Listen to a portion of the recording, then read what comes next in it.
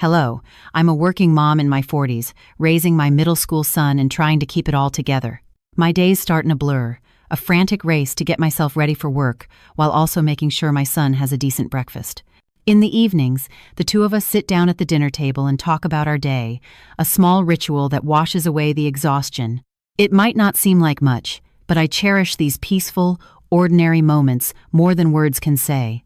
It wasn't long ago that I went through something so devastating it was hard to function. But looking back now, I realize it wasn't a crisis, but another chance life gave me. If it hadn't happened, I'd probably still be living in that house, feeling unappreciated and taken for granted. Thinking about it brings a flood of mixed emotions.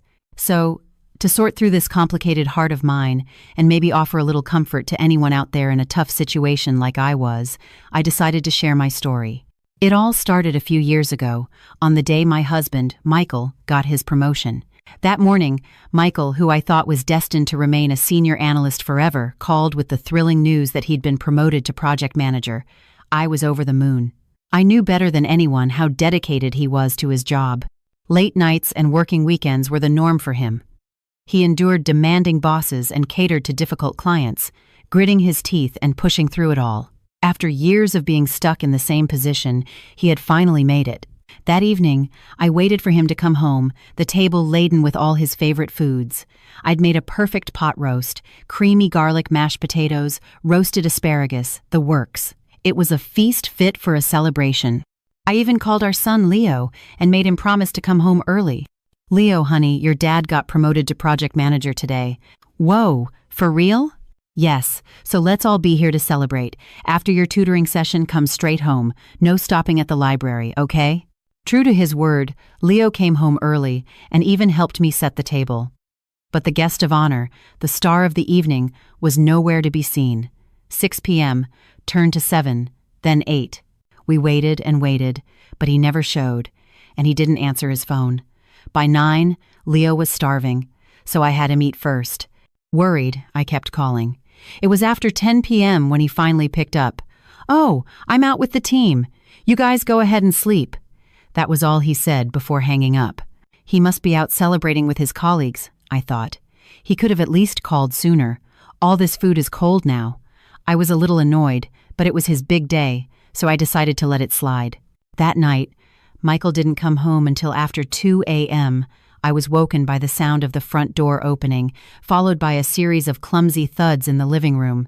When I went out to check, I found him passed out on the sofa, completely drunk. His suit was a wrinkled mess, his tie loosened around his neck. With a sigh, I tried to help him up and guide him to our room. But as I got closer, I caught a scent that was unfamiliar. It was perfume. A woman's perfume. There was no mistaking it. At first, I tried to brush it off. I must be imagining things, or maybe it's nothing. There must have been women at the party. You bump into people at a crowded bar, a scent can rub off. But a few days later, I found myself secretly checking his phone. I would never normally do something like that. I believe that even in a marriage, some privacy should be respected. But ever since that night, I started noticing strange things. Things I'd been blind to before. Whenever his phone rang, he'd scramble into another room to answer it. He even started taking it with him to the bathroom. I don't know when it started, but once I began paying attention, his behavior was deeply suspicious. Then one evening, he went to take a shower and left his phone on the coffee table. It must have been a mistake. I stared at it for a long time, my mind racing. Should I just ignore it? What if I find something that makes things worse? All sorts of thoughts swirled in my head, but before I knew it, my hand was already reaching for it. As expected, it was locked with a passcode. Biting my lip, I tried a few combinations I could think of. All of them were wrong. With each failed attempt, my heart sank deeper. But just then, a text notification lit up the screen, and I could read a preview of the message without unlocking the phone. The sender's name made my blood run cold. Chantel? Who the hell was Chantel? And why was there a heart emoji next to her name? Seeing that name, so obviously a woman's, a wave of dread washed over me. The message itself was even worse. "Last night's drive was amazing, handsome. Dream of me. When can we do it again? XOXO. That was all I could see. But even from that short snippet, it wasn't hard to guess the nature of their relationship. Suddenly, the world went dark. The years we had spent together flashed before my eyes like a movie reel. All that time, I had lived solely for my husband and my son. It all felt like a waste. I married in my late 20s, and now in my 40s, I had endured so much my mother-in-law's constant criticism, her endless complaints every holiday. What had I been fighting for? My hands were shaking so badly that I dropped the phone. Just then, Michael came out of the bathroom and saw me sitting there, stunned, and his phone on the floor. His face went pale. I took a sharp breath and asked, my voice trembling, "Who is Chantel?" "Honey." "About that." My own voice surprised me with how cold and steady it was. I should have been furious, but instead, I felt eerily calm. Looking back, that was the scariest part. It was as if my emotions had just shut down. Michael stammered, not knowing what to say. Well, just answer the question. Who is Chantel?" After a long, agonizing silence, he finally dropped to his knees. "I'm sorry. I messed up." "Who is she?" She's the CEO's daughter." For a moment I thought I had misheard. "What? The CEO's daughter?" "Yeah, she's Mr. Henderson's daughter. She just got back from studying abroad. I met her when she came to the office to see her dad, and one thing led to another." "One thing led to another? So you're having an affair?" At that, he looked offended and waved his hands dismissively. "An affair? No. It's not what you think. We've just been on a few dates, completely innocent." "Innocent? Don't insult my intelligence. Are you telling me I'm supposed to believe that? And since when is a married man going on dates with a young woman not an affair?" He hung his head, unable to answer. I stood there, looking down at him. The same man who had knelt before me all those years ago to ask for my hand in marriage was now on his knees, begging for forgiveness. The irony was suffocating. "How long has this been going on?" "About 2 months." 2 months? You've been lying to me and seeing her for 2 months? "I'm sorry. I'm so sorry," he pleaded, grabbing my legs. "I'll end it. I swear I'll never see her again." I wanted to shove him away, but I didn't have the strength. I just stood there, numb, feeling our long marriage crumble into dust over a 2-month fling. That night, I didn't sleep in our room. I sat on the living room sofa all night, my mind a chaotic mess. What do I do? Should I divorce him? No, I can't. What about Leo? He's at such a sensitive age. Then, I thought of my mother-in-law, Evelyn. From the very beginning of our marriage, she had never approved of me, and honestly, the feeling was mutual. She was a woman obsessed with appearances and what other people thought. She always felt I wasn't good enough for her son, constantly nagging me about my family's lack of status or my state school education. "People these days are so self-absorbed," she'd say, "but you can't live in this world alone. You have to be mindful of how you present yourself. You can't do things that bring shame to the family. So please, try to dress a little better when you visit. My son's wife has nothing to boast about, and on top of that, you look like that. What will people think of me?" She criticized everything from my wedding contributions to my looks. So I figured that if she found out her son was having an affair, she wouldn't take my side, but she would certainly be furious with him and give him a piece of her mind. For someone so consumed with maintaining a respectable image, what could be more shameful than her son's infidelity? The next day, I went to her house. Trying my best to sound composed, I told her, "Evelyn, Michael is having an affair." Her face immediately soured. "What? An affair?" "Yes, with the CEO's daughter. He says it's been going on for about 2 months. Hearing this, Evelyn's eyes went wide, and for a long moment, she was speechless. I expected her to grab the phone and start yelling at Michael, or at least ask me for more details. But her reaction was completely unexpected. After sitting in silence with a hardened expression, she finally spoke. "The CEO's daughter, you say?" Her tone wasn't one of anger. In fact, I could have sworn her eyes lit up with a strange glint. She asked again, as if to confirm. "The CEO of the company he works for now?" "Yes, that's what he told me." A sense of foreboding crept over me, a feeling that something was terribly wrong wrapped around me like a cold blanket.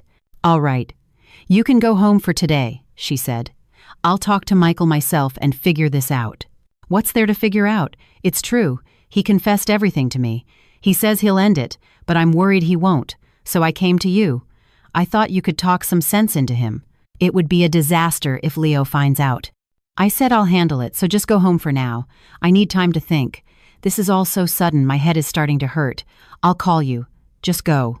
She sent me away without another meaningful word. The whole way home, I had a knot in my stomach. Why did she react like that?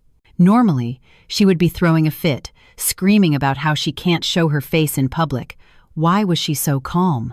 I didn't know it then, but a sinister calculation was already taking place in her mind. I had no idea what kind of thunderbolt was about to strike me.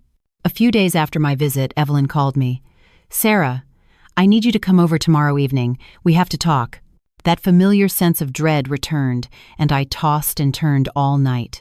When I arrived at her house, I noticed an extra pair of shoes at the entrance. Looking up, I saw Michael sitting on the sofa next to his mother.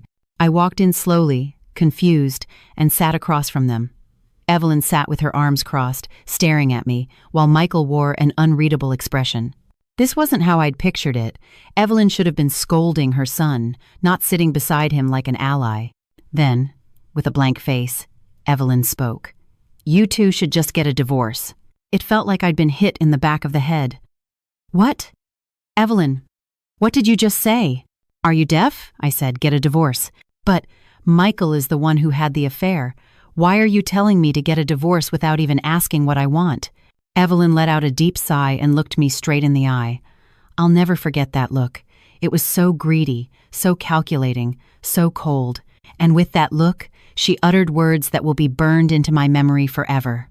"What does your opinion matter? That ship has sailed. Michael's heart is already with that other woman. What's the point in holding on to a man who doesn't love you anymore?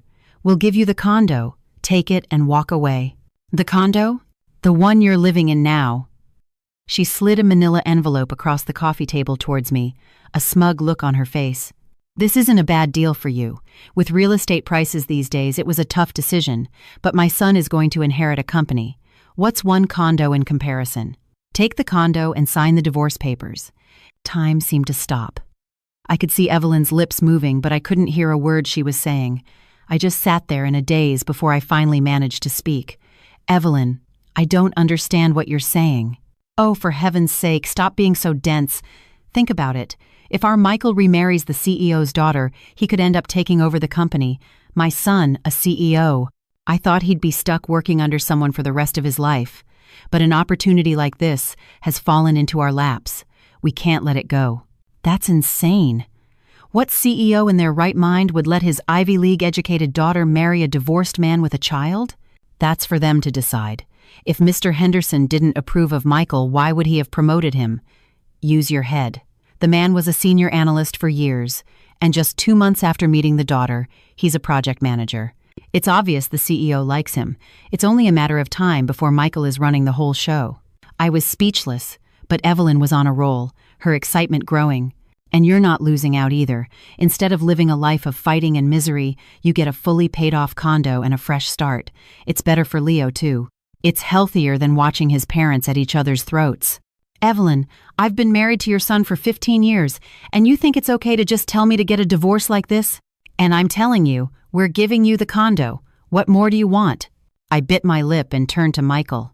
The man I had trusted, the man I believed would always be on my side, was just sitting there with his head down, silent as a stone. I gritted my teeth. "Don't you have anything to say?" Silence. "You told me you were sorry. You said you'd never see her again, and now you want a divorce?" Finally, he spoke. I've been thinking about it. And Mom's right. We should just end it." It was so absurd I had to laugh. "What?" "Think about it, Sarah. I'm over 40. I could have been a senior analyst for the rest of my life, but thanks to Chantel, I'm a manager. And what happens if I marry her? I could really become the CEO of this company.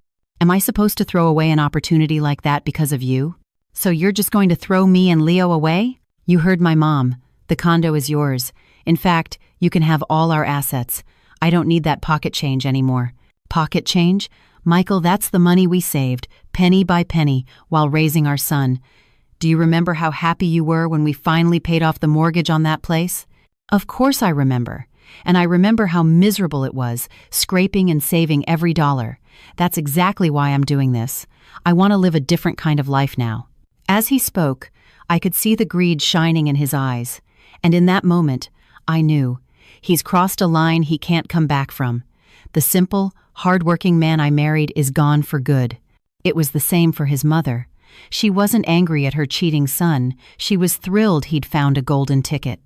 The moment she heard the words CEO's daughter, her conscience flew out the window. She had coached her son, who had been on his knees begging for my forgiveness just days before, to brazenly ask for a divorce. In the face of ambition, his wife and child meant nothing. I felt sick to my stomach. I couldn't stay in that room a moment longer. Fighting to keep my composure, I stood up to leave. Michael saw me and asked impatiently, "Where are you going? You can't just leave. Give us an answer." "I need time to think." As I turned to leave, Evelyn's sharp voice cut through the air. "Think about what? Wasting time won't change anything. Let's not make this harder than it has to be. Just do as you're told." I didn't respond. I just walked out and headed home, her words echoing in my head. Her son would inherit the company, so a condo was nothing. A condo? We had been so happy when we finally bought that place. It was our home. And now, to them, our home, our family, it was all nothing. For the next few days, I walked around in a fog. Food had no taste. Sleep brought no rest. Michael continued to come home late, or rather, he just came home to sleep. He would sneak in after I was asleep, lay out a blanket on the floor, and be gone before I woke up. Should I really get a divorce? The thought consumed me, but I couldn't bring myself to make a decision. Even though he had cheated and turned into this greedy stranger, I couldn't just cut him out of my life after 15 years. And then there was Leo. How could I possibly tell my son that his parents were getting a divorce? The thought alone was paralyzing. But those two didn't even give me enough time to think. About a week later, Michael came home from work with Evelyn in tow. Thankfully, Leo had a late review session at his tutoring center that night. It was a small mercy. I couldn't bear the thought of him witnessing the ugly scene that was about to unfold. Evelyn stormed into the condo with a sour look on her face, Michael trailing behind her. Neither of them looked the least bit sorry. If anything, they looked annoyed, like they just wanted to get this over with. Evelyn plopped down on the sofa and barked, "Sarah, you still haven't given us an answer about what we discussed." "Evelyn, Michael said he'd give me a week. And I have been boiling with frustration, but I held my tongue. A week is up. Make a decision. We're busy people." She was so shamelessly entitled, like a debt collector. I sighed, looking at the ceiling. "What are you so busy with? Is someone chasing you to get a divorce?"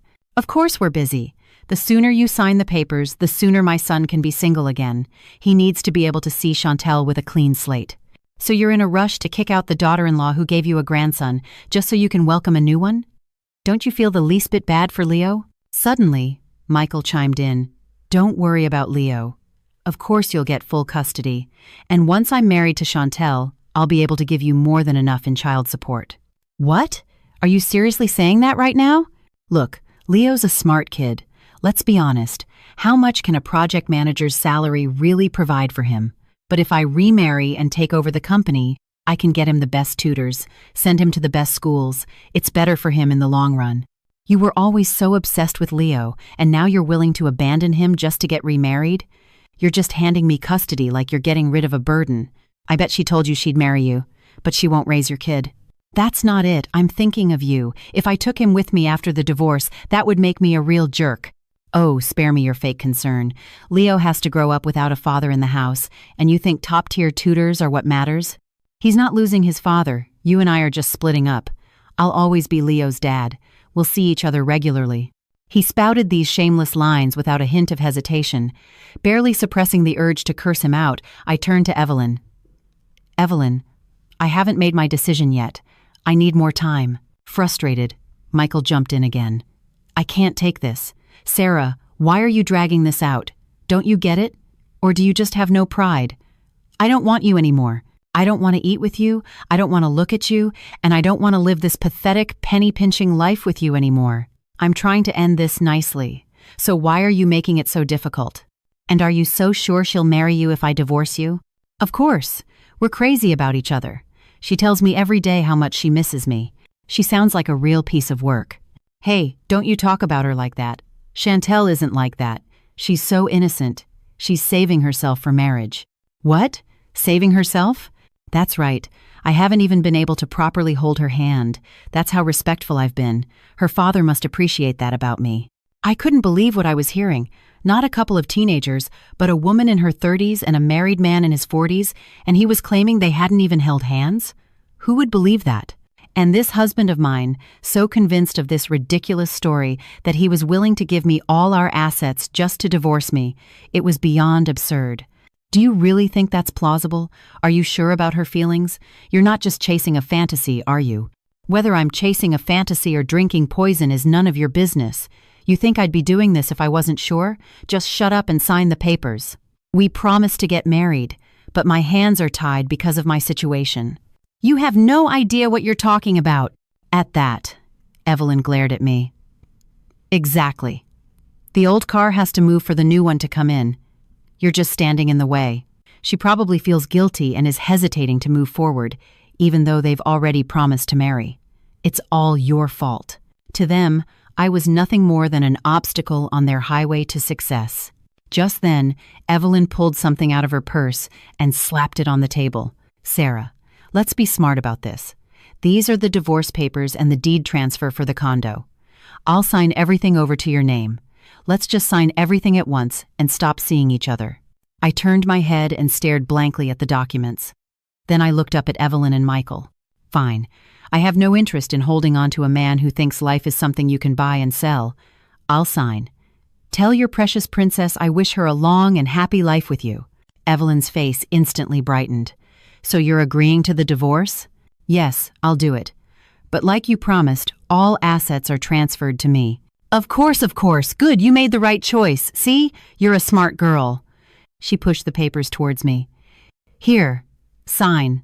I took the documents. Okay, then let's go to a lawyer's office and do it properly. Michael, who had been silent, piped up. A lawyer? Why do we need a lawyer for an amicable divorce? You broke your promise to be a faithful husband for life. How can I possibly trust you now? I need someone on my side. We'll do this in the presence of a lawyer. If you don't like it, the deal is off. Michael immediately backpedaled, trying to placate me. No, that's fine. A clean break is better for us too. Let's go. Let's go now. So we went downtown to a law office. There, with a lawyer verifying every step, we signed everything. The divorce agreement, the property transfer documents, and a consent form for the division of our savings and stocks. Once it was all done, Michael practically ran home, excitedly packing his things. As he left, I yelled after him, "Don't be late with the child support payments." He just laughed. Don't worry, once I'm CEO, child support will be pocket change. After he was gone, the silence of the condo descended on me, and reality finally hit. 15 years of marriage, over just like that. It left a bitter taste in my mouth. I was sitting there, numb, when Leo came home. I decided to be honest with him. Leo, your father and I are getting a divorce. He was silent for a long time, then let out a sigh. Dad did something wrong, didn't he? I knew something was weird around here lately. Was he cheating? My 15-year-old son asking me that, it left me speechless. But there was no fooling a kid as sharp as him. I nodded. Yes, your father made a mistake. Then I'm staying with you, Mom. I don't like Dad anyway. He's always snapping at you. I fought back tears. I'm sorry, Leo. I'm so sorry. Why are you sorry? Dad's the one who messed up. Don't worry, Mom. The two of us will be fine. Let Dad go find his happiness. I'm happiest here with you. He took my hand, and at the sight of my son, who I still thought of as a little boy, being so mature, the tears I had been holding back finally broke free. After that, I started looking for a job. It had been a long time, but I used to work at a bank. I quit when I was pregnant with Leo, after a scare that I might miscarry. After he was born, I fell into the role of a stay-at-home mom, and my career just ended. But now that I was divorced, I couldn't rely on Michael. I had to work.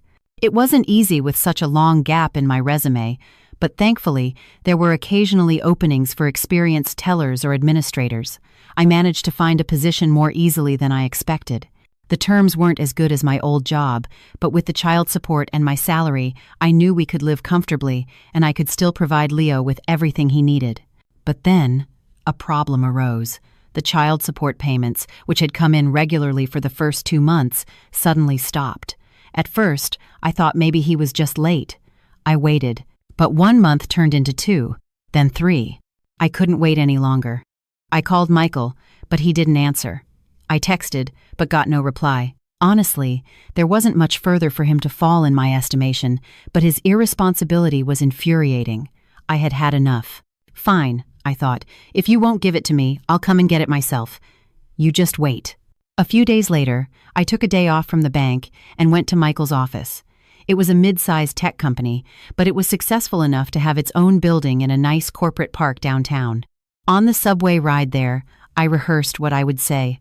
If I sound accusatory, he'll just get defensive. But I refuse to beg. I'll just tell him if he doesn't pay up. I'm taking legal action. By the time I arrived, it was just after 10 a.m. I took a deep breath and walked into the lobby, but I immediately sensed something was off. A crowd of people was gathered in one corner, buzzing. They all seemed to be employees, craning their necks to see what was going on. What's happening? Drawn by curiosity, I walked over. The crowd was too thick to see anything, so I squeezed my way towards the front, and then I saw a sight I could never have imagined. My former mother-in-law, Evelyn, was slapping a young woman across the face with all her might. I gasped, covering my mouth. I could hear Evelyn screaming, her voice echoing through the lobby. How dare you? How dare you lie to my son and ruin his life? Her face was beet red, and she was panting, completely unhinged. She looked like a madwoman. But the other woman was no pushover. Furious from the slap, she lunged at Evelyn, screaming, "You crazy old hag! You want to go to jail for assault?" She grabbed a fistful of Evelyn's neatly coiffed hair, turning it into a tangled mess. The two of them became a whirlwind of flailing limbs, pushing and pulling. 2 security guards rushed over to break them up, but the women were too worked up to be easily separated. "You con artist! You lying little tramp!" Evelyn shrieked. "You said you were the CEO's daughter. You're just some bar trash." "Are you insane? Let go of me." "Yeah, I worked in a club. So what? Did you ever give me a dime to help me get by? You want a taste of what a woman who's seen it all can do? You still don't get it, do you? You destroyed my son's life and you have the nerve to run your mouth." I just stood there, watching in stunned silence. What is going on? Is that woman Chantel? From their argument, it seemed she was indeed the one who had caused our divorce. But a club girl? I couldn't make sense of it. Then I overheard 2 female employees whispering next to me. "Hey, that's Mr. Johnson's mother." "Michael Johnson? The project manager?" "Yeah, but he got fired today." "What? Fired? Why?" "The CEO called him in this morning and told him to pack his things. The reason is weird, though. Something about embezzlement. They're trying to keep it quiet so it doesn't leak." "So, you didn't hear it from me." "Embezzlement? Michael Johnson? No way. I used to work in his department. He might not be the nicest guy, but he'd never do something like that. He was a total company man, loyal to a fault." I was so shocked my jaw dropped. The man who had divorced me, so sure he was about to become the CEO's son-in-law, was now fired for embezzlement? None of this made any sense. "You never know," the first woman replied. "Maybe he was just pretending to be loyal while skimming off the top." "I don't know, it just doesn't add up. Why would they fire him right after promoting him?" "Good point. So is his mom here to protest her son getting fired?" "Maybe, but why is she hitting that woman? And what's this about the CEO's daughter?" "I have no idea. I've never seen that woman before. Is she supposed to be the CEO's daughter or a club girl?" "Definitely not the CEO's daughter. Didn't you hear? Mr. Henderson's real daughter, the one who was studying abroad, came by the office for lunch last week. I saw her when I was in the executive suite. She's the spitting image of her dad." "So that woman is not her. Did Mr. Henderson have another daughter?" "Nope, he only has one." "So that woman has to be the club girl." "Wow. So why is a club girl fighting with Michael Johnson's mom in our lobby?" That was exactly what I wanted to know. I had come here to get overdue child support, and instead, I had walked into a full-blown drama I couldn't comprehend. Just then, the security guards finally managed to pull the 2 women apart. Evelyn, her hair and clothes in disarray, panted and screamed, "You tricked my son. You pretended to be the CEO's daughter when you weren't. Why? What did you have against my son?" Suddenly, a piece of the puzzle clicked into place. The woman Michael believed was the CEO's daughter, the one he had destroyed his family for, was an imposter. Evelyn, on the verge of collapsing, continued to spew venom. "I know everything. You're living with the CEO. You were his mistress from the start. You pretended to be his daughter and got close to Michael to shut him up, didn't you?" "Whether I'm his daughter or his mistress is none of your business," the woman retorted coolly. "Your son got fired because he's an incompetent fool. Why are you taking it out on me? I was just trying to have a nice lunch. This is so annoying. My son wouldn't have thrown away his family and lost all his assets if you hadn't told him you'd marry him and make him CEO. It's all your fault. Take responsibility. Take responsibility for my son's life." "What? That's rich. When did I ever say I'd marry your son? Are you delusional? He was so pathetic, begging to see me, so I had a meal with him once or twice out of pity. Marriage? As if..." A collective gasp went through the crowd. Even the security guards, sweating and struggling to keep them apart, paused. The whispers around me grew louder. What is she talking about? The CEO's mistress got close to Michael Johnson? This is crazy. You know, now that I look at her, she seems familiar. I think I saw her coming out of the CEO's office once. The executive assistant said she was just a client, but maybe not. My head was spinning. Chantel wasn't just an imposter. She was the CEO's mistress. It was beyond shocking. I was so confused and overwhelmed that I forgot all about why I had come. I just stood there, frozen. My head was throbbing, but one thing was crystal clear. Chantel was not the CEO's daughter, and my ex-husband, who had been preening about becoming the CEO's son-in-law, had been played for a fool. Even then, the woman continued to deny any serious relationship with Michael, while Evelyn sobbed and shrieked that she had ruined her son's life. It was obvious the woman was lying. I had seen the texts. She had clearly been leading him on. There was definitely more to this story, and the embezzlement charge felt wrong. Michael was spineless and cowardly, but he didn't have the guts for a crime like that. After 15 years of marriage, I knew that much. So what? He was framed? Good for him. Served him right. After all his bragging about becoming CEO, he gets played by the CEO's mistress and thrown out with a bogus criminal charge. It was clear I wouldn't be getting any child support today. I decided to pursue other methods and turned to leave. Behind me, I heard Evelyn's voice rise again. "Where do you think you're going, you witch? You're going to pay for my son's life." "Oh, yeah? I'm calling the police." "Go ahead, call them. I'll tell them everything about your fraud, and we'll see who's in the wrong." The security guards jumped back in. The employees started murmuring again, and the lobby descended back into chaos. I walked out of the building without looking back. Whatever was going on, it wasn't my problem anymore. The only thing that mattered to me now was getting the child support Leo was owed. So instead of confronting Michael, I decided to go through the courts. I contacted the lawyer who handled my divorce and started the process to enforce the payments. It was cleaner and more reliable. But a few days later, something unexpected happened. I got home from work and saw someone huddled on the ground in front of my condo door. At first, I couldn't tell who it was. Their hair was a mess, their clothes were rumpled and dirty. It wasn't until I got closer that I realized it was Michael. He looked awful. This pathetic figure was a world away from the arrogant man who, just a few months ago, was boasting about becoming CEO. "Michael, what are you doing here?" He looked up at my voice. His face was gaunt. He had lost so much weight. "Sarah, what are you doing here looking like a bum? What if Leo sees you?" "I had to talk to you." "Talk about what? I have nothing to say to you.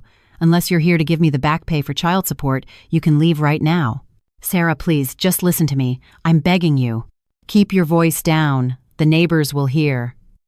I gritted my teeth and reluctantly let him inside. I hated it, but I couldn't have him making a scene in the hallway. "Leo will be home from his tutoring soon, so make it quick." Michael collapsed onto the sofa and buried his face in his hands, his shoulders shaking with sobs. I was completely fooled. About what? Chantel. She wasn't the CEO's daughter. "I know. I saw your mother's little performance in the lobby of your old office." His head snapped up. "You saw? You were there that day?" "Yes. You weren't answering your phone, so I went to get the child support money and got a front row seat to the freak show. Your mother slapping that woman, pulling her hair." He hung his head again. "Then you know. You know what a fool I was." I crossed my arms. "And what does that have to do with me? Whether you were fooled or not is no longer my problem. Just give me the money you owe.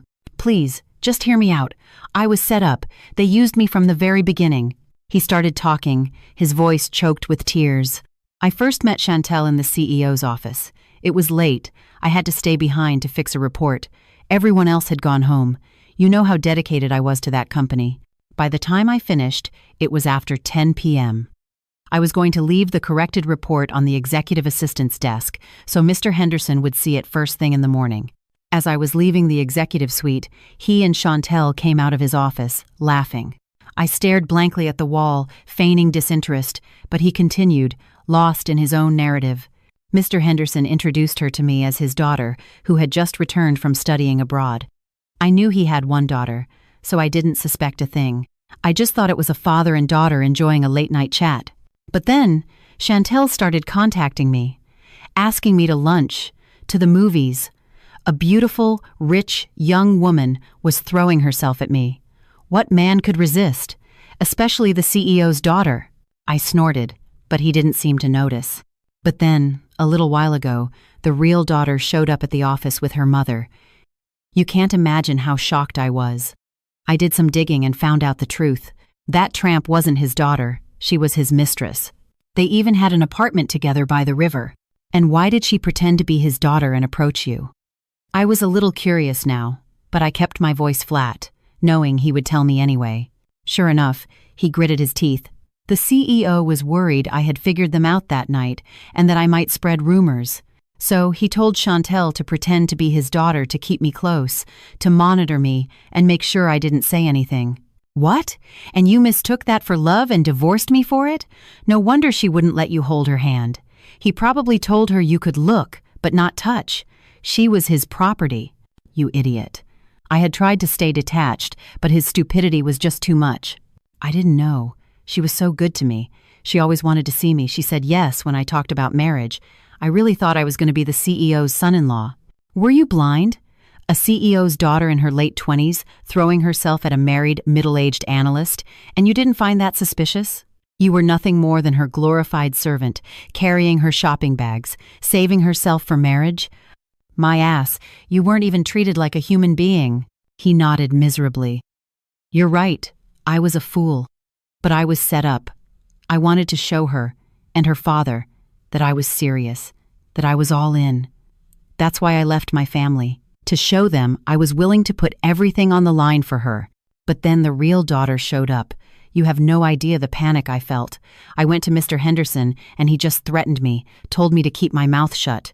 Threatened you? His fists clenched. He said if I breathed a word about Chantel, he would ruin me. He told me to just quietly leave the company. But it wasn't fair. I had lost my family, all my assets. I refused. So he framed me for embezzlement and kicked me out. He said he'd keep the embezzlement rumor inside the company if I went quietly, but if I made a fuss, he'd make sure I could never get another job in the industry. So you just packed your bags and left? What else could I do? If I was officially branded an embezzler, I'd be finished. I still have to make a living. But then Mom heard about it and lost her mind. She went to the office and blew everything up. Mr. Henderson had promised to keep it quiet if I just left, but because of Mom's scene, everyone at the office found out, and I guess his wife heard about it too. Of course she did. Did you think he could keep a mistress and a secret apartment forever? The truth always comes out. The problem is, his wife is the majority shareholder. The company was originally her family's. He was just the guy who married the boss's daughter. So she kicked him out, and I heard she completely ruined Chantel too. Good for her. Sounds like everyone got what they deserved. But what does any of this have to do with me? Your revenge was served up on a silver platter by the CEO's wife. No, because I got caught in the crossfire. They made the embezzlement charges stick. Now I'm blacklisted. I can't get a job anywhere in this field. So, Sarah, please, take me back. I was wrong. I swear, I'll spend the rest of my life living for you and Leo. I swear it. He suddenly threw himself on the floor, pressing his forehead to the ground in a full bow. but all that came out of my mouth was venom. "Are you out of your mind? Are you seriously saying this to me?" "You heard me. I never even had a real relationship with her. We just had meals, went to the movies. I followed her around while she shopped. I was just her glorified errand boy. It wasn't even a real affair, was it?" I stared down at him for a long moment. "For that not a real affair, you and your mother put me through hell. For that insignificant relationship, you destroyed our 15-year marriage and abandoned your son. And now you want me to take you back because it wasn't a real affair? Get out of my house." He kept pleading his case, but I felt no pity, only a chilling disgust at his boundless audacity. "Sarah, please. Don't you dare call me that. You are nothing to me. Our connection was severed a long time ago, so instead of wasting your time here, go beg on a street corner somewhere. And don't worry, I will get every last cent of that child support one way or another." I threw open the front door. "Get out, before Leo gets home." Stunned by my ferocity, Michael staggered to his feet. As he reached the door, he turned back. "Sarah, can't you just think about it one more time? For Leo's sake?" "Shut up. For old time's sake, I won't tell him the details, so just disappear quietly. But don't test my patience. If you push me, I will make it so you can never show your face to him again. Do you think he'll even see you as human when he finds out his own father abandoned him while chasing a pathetic, idiotic fantasy?" With that, I slammed the door in his face. But my ordeal with that family wasn't over. After the son, the mother came begging. One night, I was coming home late from work when I found Evelyn waiting for me. She ran up to me, crying and making a scene. "Sarah, Leo's mother, I was wrong. My life is in shambles. That witch, after the CEO's wife took all her money, she came after me. She sued me for assault for that one slap. She said if I didn't pay a settlement, she'd press charges and I'd go to jail. I had to sell my house to pay her off." I was surprised, but I tried not to show it.